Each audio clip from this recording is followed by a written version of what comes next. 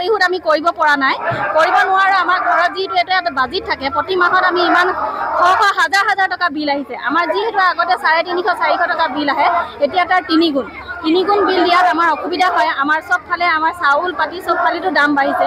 ইমান দামৰ দিনত আকৌ এই কাৰেণ্টে আমাক বহুতো জ্বলা কলা খুৱাইছে। সেইটো কাৰণে আজি আমি ওলাই আহিবলৈ বাধ্য।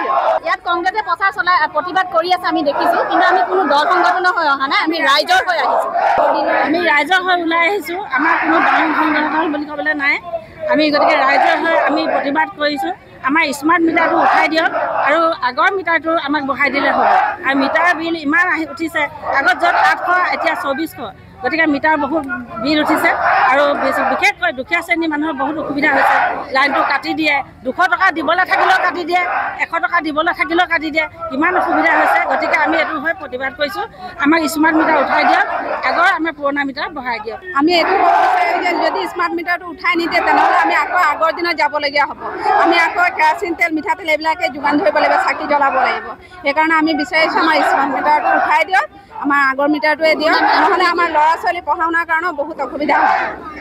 বিল নিদিলে 100 টকা বাকী থাকিলেও কাটি দিয়ে, সেইটো আমাৰ দিগদাৰ হয়, বহুত অসুবিধা হৈছে।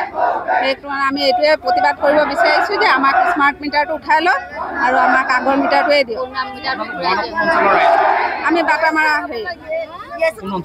আমি বটামৰা শিঙিজান কৰে আমাৰ বটেই কচামুৰি কচুমাৰি গোটেই একেখিনি লগৰ হয় হয় বহুতকেইটা ঠাই।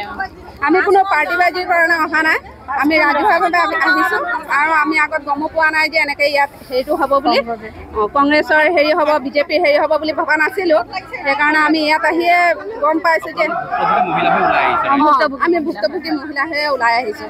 আমি কোনো পাৰ্টিৰ এগেইনষ্টত অহা নাই, আমি ৰাজহুৱাভাৱে আহিছোঁ।